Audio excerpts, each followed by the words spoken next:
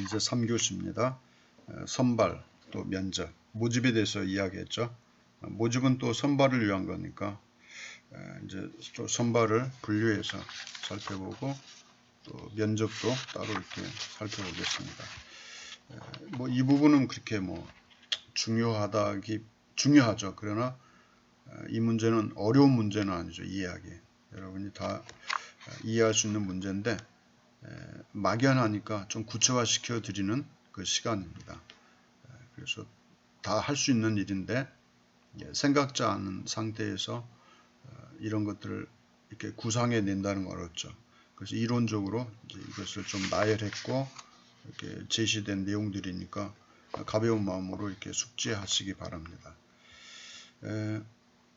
선발과 면접의 중요성은 기관과 자원봉사자의 그 대면이죠. 대면 기회. 그래야 정확하게 선발할 수 있기 때문이죠. 그 다음에 이제 비용 절감 효과. 업무상 분쟁을 조정할 수도 있죠. 그 다음에 슈퍼비전 과정에서 추가되는 비용 발생에 대한 대비도 할 수 있는 거죠. 예를 들면 이제 모집에서 계획성이 떨어지는 상황에서 모집이 되면 자원봉사자들에게 일을 맡길 때 일을 수행하기 직전에 교육이 필요할 때 있어요. 그럼 그 교육을 하려면 그 교육시킬 사람이 내부에 없으면 외부 사람을 초청할 때는 비용이 발생되죠. 그래서 그런 것들까지도 우리가 고려해야 됩니다. 그래서 첫 번째는 이제 선발의 목적을 우리가 살펴보면 목적에서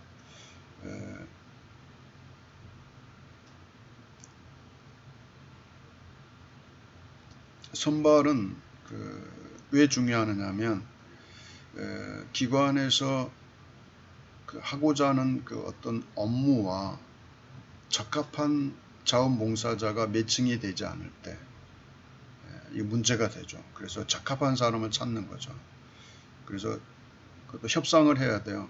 어떤 직무에 부합되는지 또 최소의 어떤 비용과 시간을 우리가 고려해야 되죠. 그 다음에 적소에 맞는 사람을 찾아서 배치를 해야 되죠. 그리고 개인의 욕구가 이렇게 충족되는 그 업무가 되도록 이렇게 자원봉사자들과 이렇게 미리 협의하고 배치해야 되겠죠. 여기도 이제 면접이 포함되죠. 선발 과정에서. 면접은 뒤에서 또 다루겠지만 면접과 선발은 떼놓을 수 없는 거죠. 이런 것들을 여러분이 고려해야 됩니다. 그래서 협상이 필요하죠. 예를 들면 자원봉사 기관에서는 8시간을 일해야 될 분이 필요한데 4시간만 고집해. 그러면 6시간만 하고 가시죠. 절충해야 되겠죠. 이런 것도 필요하겠죠. 아니면 5시간. 아무튼 필요한 시간과 그 시간에 맞지 않는 분이 있을 때는 또 다른 분을 모집하기에는 이미 시간이 없고 그때는 이제 협상을 해야 되죠. 이런 모든 것들에 대한 협상을 해야만 됩니다. 그래서 이런 것들을 고려해서 선발해야 된다는 거죠. 선발의 목적이 되겠죠. 그 다음에 선발 과정에서 이제 고려해야 할 사항은 적합성입니다. 적합성. 그 일을 수행하는데 진짜 자격을 갖고 있는지 적합한 사람인지가 중요하죠. 그 다음에 관심도, 그 다음에 능력, 그 다음에 적절성, 업무 환경이 적절한지. 예를 들면 4시간만 하는데 왔다 갔다 하는 시간이 5시간이면 안 되겠죠. 왔다 갔다 하는 시간이 왕복 1시간이고 4시간 봉사하는 건 적절하겠죠. 너무 먼 거리에서 오는 분은 또 적합하지 않죠. 이런 것들도 적절해야 됩니다. 예를 들면 업무 환경이 남성이어야 되는데 여성을 배치하면 안 되겠죠. 이런 다양한 것들을 고려해서 배치를 해야 됩니다. 면접은 또 중요하죠.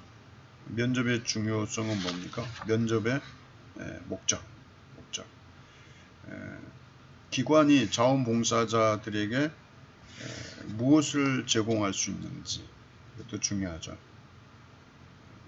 이것도 모르고 하면 안 되겠죠. 그래서 면접을 통해서 재확인하는 거죠. 쌍방이. 또 그들이 원하는 것이 어느 정도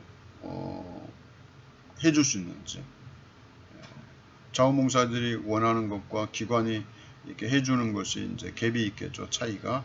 이런 것도 확인할 필요가 있습니다. 그리고 자원봉사자가 진짜 그 직무에 적합한지 면접을 통해서 확인해야 됩니다. 그리고 그 일이 중요하고 또 관심을 가질 만한 가치 있는 일인지 생각할 시간을 줘야 돼요. 그래서 설명을 다 한다면은 하겠다라고 동의할 때는 계약서가 작성되죠. 그래서 몇 시간 언제까지 하게 되고, 왜냐하면 이 계약서 중요합니다. 고용계약서 역할을 합니다. 또 일하다가 사고를 당하면 문제가 되잖아요. 보험도 들어야 됩니다. 그 다음에 예를 들면 자원봉사자가 그 일을 수행하는데 위험한 일이에요. 감수하고 하는데 다쳤어요. 근데 그 사람이 이제 그 뒤부터 일을 못해. 그러면 이제 돈을 못 벌잖아요. 그 사람 생계에도 문제가 되겠죠. 그래서 자원봉사자는 관리하는 사람들은 계약을 분명히 해야 돼요. 그래서 그 계약서상에서 관리돼야만 됩니다. 그래서 자원봉사는 과거에는 보험 계약하지 않고 좋은 게 좋다고 그냥 시작했다가 나중에 이제 자원봉사 활동자들이 많아지니까 전국적으로 이런 문제들이 발생이 됐습니다. 그래서 안전교육도 필요하고 이러한 문제도 대비할 필요가 있습니다. 그 다음에 이제 마케팅. 이제 잠재적 자원봉사자가 어떻게 기관의 자원봉사 활동에 대해서 알게 되었는지 이것도 이제 확인할 필요가 있죠. 왜냐하면 차기 홍보를 위해서, 모집 홍보를 위해서 언제 하는 겁니까? 마케팅에 대한 부분을 면접 때 확인하는 거죠. 그 다음에 기관의 어떤 요소에 끌렸는지, 우리 기관에 왜 오시게 됐는지, 어떤 면이 매력이 있었는지를 면접을 통해서 확인해야만 됩니다. 그래서 모집 방법에 대해서 검토하고 평가하고 향후에 모집 방법을 개발하는 데 중요한 자료로 활용하기 위해서 마케팅 부분에 대한 질문입니다. 이건 면접 때 반드시 해야 되는 거죠. 그 다음 면접 장소는 어떻게 해야 될까요? 존중해야 되겠죠. 상대를 자원봉사자가 왔는지 안 왔는지 이렇게 차 대접도 안 하고 그러면 안 되겠죠. 오면은 이렇게 편안하고 이렇게 환경이 이렇게 좀 친숙한 그런 장소가 돼야 되겠죠. 그 다음에 이제 전화 면접은 거주지가 너무 멀 때 전화가 이제 효과적이죠. 그 자원봉사의 수가 너무 많을 때 면접보다는 전화를 통해서 해야 됩니다. 그 다음에 자원봉사자에게 부탁하는 봉사 시간, 또 책임의 정도, 수용해야 될 민감성 정도에 따라서 전화 면접이 적절하게 또 활용돼야 될 필요성도 있죠. 그 다음에 이제 면접 시 유의사항, 거기 보면 여러분이 유의해야 될 점들을 좀 살펴볼 필요가 있죠. 그 유의점을 보면 지원자의 개인적 성격과 존엄성을 존중하고 있는지 중요하죠. 그 다음에 지원자에게 면접관이 제시할 면접 내용을 사전에 준비했는지, 면접관이 뭘 물어야 될지 질문이 준비되어 있지 않고 이 자원봉사자를 선발해야 되는데 어떤 사람이 적절해야 되는지를 파악하지 않고 면접에 임하면 안 되겠죠. 그래서 질문 내용은 간단 명료해야 됩니다. 대답하기 곤란한 길게 늘어진 질문은 좋지 않죠. 부담 주지 않으면서 가볍게 답할 수 있도록 이렇게 질문하는 것도 필요합니다. 그 다음에 편안한 마음으로 이렇게 답할 수 있도록 이렇게 분위기를 조성할 필요가 있죠. 그리고 면접 내용은 체계적이고 논리적이어야 되죠. 그 다음에 지원자의 결점을 지적하거나 비판해서는 안 되겠죠. 그 다음에 지원자의 자존심을 상하게 해서도 안 됩니다.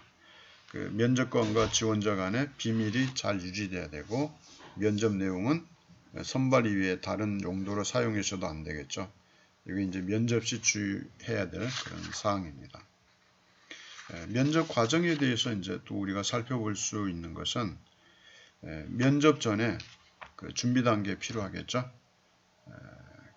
면접 전에 그건 면접 과정이 개방적이냐, 또 특수한 업무 수행에 필요한 기술이나 자격 요건에 관한 질문들 미리 준비해야 되겠죠. 그래서 정보를 수집하기 위한 질문이 돼야 되는데, 그거는 자원봉사자의 개인적인 관심이나 동기에 대한 걸 확인할 필요가 있죠. 자원봉사 활동에 대한 관심과 자원봉사 활동을 하기 위하여 지원하는 동기, 이런 것들에 대한 질문이 반드시 필요하겠죠. 이제 면접은 앞에서 살펴봤기 때문에 넘어가도 되겠습니다. 그 다음 면접 후 그 업무에 대해서, 새로운 자원봉사자의 배치와 관련해서 그 업무를 위탁하기 위해서 해당 직원들의 그 협조 요청에 대해서 분명하게 이해시키고 협조될 수 있도록 해야 되겠죠. 직원과 자원봉사자가 원활하게 소통이 안 되면 문제가 되죠. 그래서 그 소통이 가능하도록 만들 필요가 있습니다. 그 다음 자원봉사자가 제출한 서류를 재검토해야 되죠. 그 다음에 신속히 끝내는 것이 바람직하죠. 그 면접 후 그 업무에 대한 거죠. 면접 후에. 그 다음 면접 후 배치가 지연될 경우는 꾸준히 연락을 취해야 되죠. 왜냐하면 연락이 안 가면 안 되겠죠.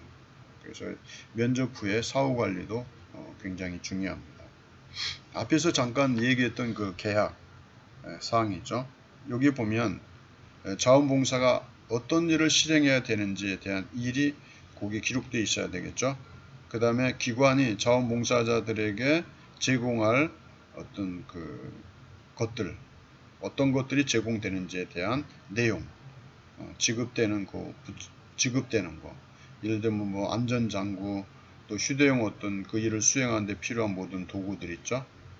그 다음에 지원하는 그 내용이 구체적으로 뭔지, 그 다음에 이것이 구체화돼야 돼요. 언제 지급되고 언제 다시 또 반납해야 되는지, 이런 것까지도. 그래서 상호 동의하는 것을 의미하죠. 상호 동의할 때. 서로 사인하고 주고받는 것도 괜찮죠. 서로 복사해서 나눠 갖는 것도 괜찮습니다. 이제 이것 말고, 이제 여기에는 기록되어 있지 않지만 최근에는 이제 보험 계약도 해줘요. 그래서 자원봉사 활동하다가 다쳤을 때는 그 보험금 지급을 받을 수 있도록 그런 것도 필요합니다. 그래서 이런 계약도 부처에서 문서화할 필요가 있습니다. 현재 여러분이 잘 되고 있는 데는 이것이 잘 기록되어 있는 것으로 알고 있고, 또 해외 이제 그 자원봉사 갈 경우에 그 모든 거 다 갖추고 가야 되죠. 그래서 부상 당했을 때 치료할 수 있는 그런 관계까지도 다 계약상에 들어가서 진행해야만 될 것입니다. 그리고 기관과 자원봉사자 간의 자원봉사 활동이라는 매개체로 공식적인 관계가 됐다는 것을 의미하는 거예요, 계약은. 그래서 계약서의 내용도 제가 그 견본은 확보하지 못했는데, 아마 여러분 인터넷에 들어가면 또는 필요하면 최근에 자원봉사 관리하는 기관에 확보가 된다면 이건 추후에 샘플을 내가 그 카페에 올려놓을 테니까 보시기 바랍니다. 오늘 지금 이제 3교시는 짧은데요. 길게 하지 않겠습니다. 내용을 중간고사 말씀드렸던 것처럼 여러분 어떤 형태로 보게 되더라도 여러분 공부한 거 정리한다 생각하시고 답을 쓰시기 바랍니다. 시험 보는 것은 성적을 위해 보지 않고요. 여러분의 미래를 위해서 공부하는 것을 저는 늘 권장합니다. 올 A, 뭐 A가 반드시 사회에 나가서 성공하는 건 아니니까요. B학점, 중간쯤 이렇게 성적을 유지하면서 성공한 사람은 성적표도 중요하지만 자신의 미래를 위해서 꾸준히 공부하는 분들을 저는 존경합니다. 또 제 주변에도 그런 분들이 성공한 사례를 많이 봤기 때문에 여러분 이번 학기의 성적은 좀 그렇죠. 경쟁한다기보다는 A그룹 아니면 B그룹일 것 같기도 해요. 공부를 진짜 하기 싫었던 C그룹, D그룹은 이번 학기 아마 혜택이 될 것 같아요. 그러나 시험지를 제출하지 않거나 여러분 수강한 근거로 과제를 제출하지 않으면 감점이 됩니다. 점수 줄 수 없으니까. 그리고 그것은 꼭 여러분이 작성해서 제출하시기 바랍니다. 그걸 제출 안 하면 제가 인터넷에서 출결 처리했어도 제출하는 주차는 제가 나중에 결석으로 처리할 겁니다. 그래서 마이너스 되겠죠. 그래서 힘들어도 여러분 제출해 줘야만 제가 그 근거로 성적 관리를 할 수 있다는 거 꼭 명심하시고 준비해 주시기 바랍니다. 한 주간도 여러분 건강하시게 잘 보내시다가 11일인가요? 11일, 그 다음 12, 13 이렇게 또 만나게 되겠네요. 여러분 아무쪼록 건강하시고요. 또 한 주간 잘 보내시기 바랍니다. 감사합니다.